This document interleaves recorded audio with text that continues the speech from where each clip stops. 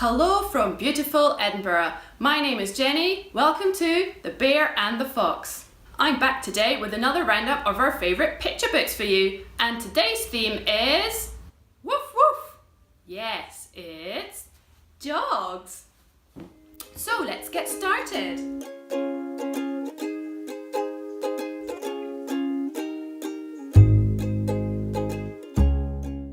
First up, I have a classic. It's Harry McClary from Donaldson's Dairy by Linley Dodd. This book is not just one of our favourite dog books, it's one of our favourite books, full stop. How can you not love Harry McClary? The story is really simple. Harry McClary goes for a walk down the road with his other doggy friends. Here they all are. They join him one by one and they all have amazing names like Hercules Moors, Bottomley Potts, and my personal favourite, Schnitzel von Krumm. And at the end of their walk, they get a little bit of a nasty surprise, but for those of you who haven't read this book yet, I don't want to give it away. Why do we love this book? Well, apart from the funny dog names, the rhythm and the rhyming are just spot on. I don't know how many times we've read this book. I think we all know it off by heart now. My boys just love calling out the dog names.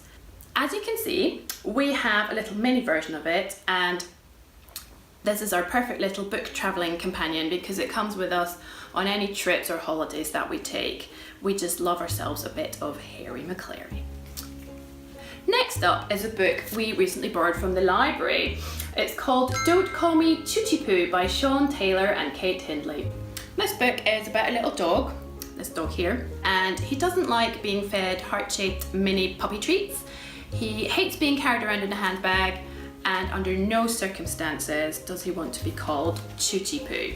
But his owner just won't listen, so there he is in the handbag, not looking very happy at all.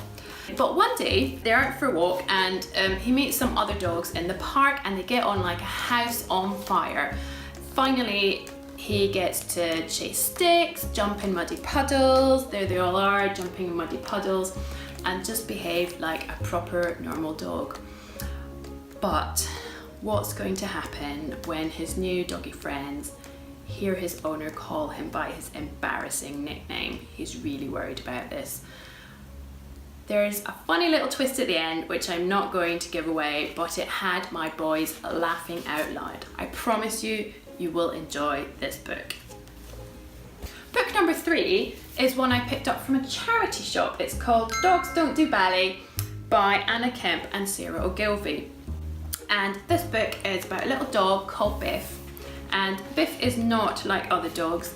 He doesn't like chasing sticks, he doesn't like peeing on lampposts, he doesn't like scratching for fleas. What he does like is ballet.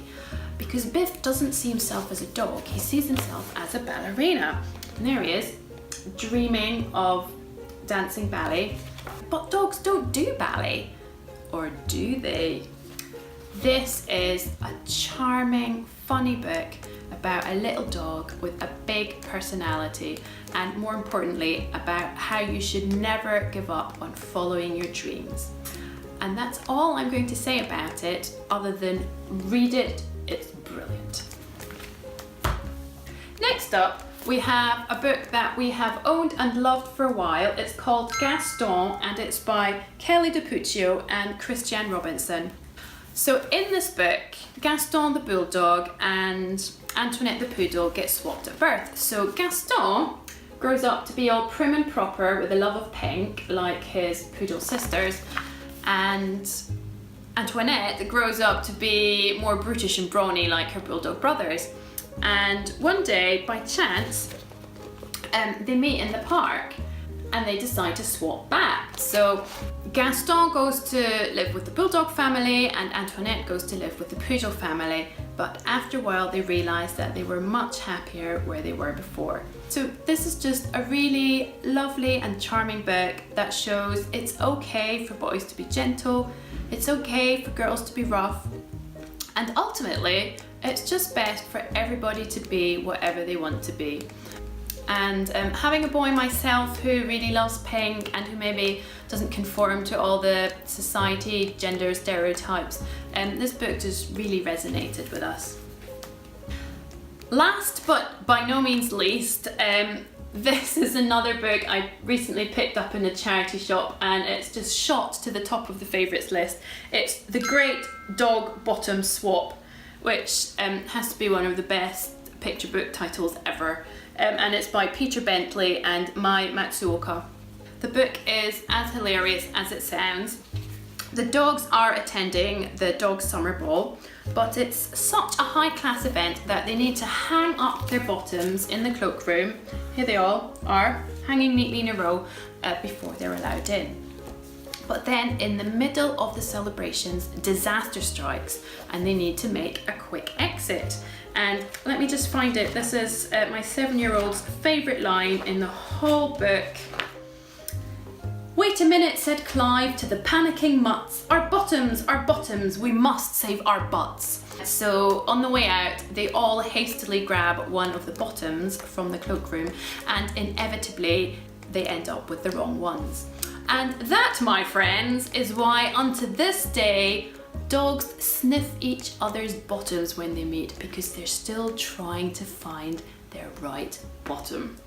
And it doesn't get much more hilarious than that. We have read this almost every single night since I found it at the charity shop the other week. I promise you, you will love this book and so will your kids. And that's it for today. If you'd like to find out more about the books, check out my blog. I will put the link in the notes below. If you'd like to leave a comment, maybe tell us what your favourite dog books are or suggest some themes for future book roundups, I would love to hear about them. And yeah, it's goodbye from me and it's goodbye from the dogs. See you next time.